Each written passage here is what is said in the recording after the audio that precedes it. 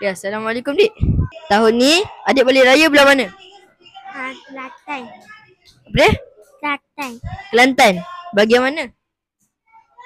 Tak ingat. Okey, Nukman. Tahun ni kau balik mana? Raya mana? Kampung. Kampung belah mana?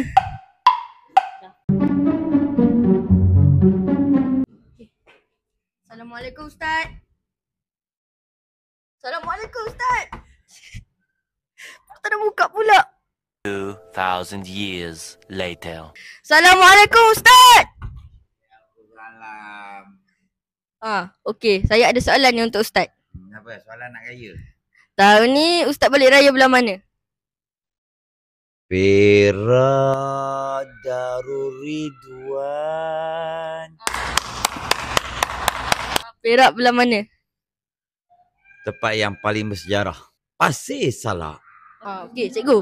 Raya tahun ni cikgu balik belah mana? Oh, saya balik dua-dua kampung, Pening dan Selangor.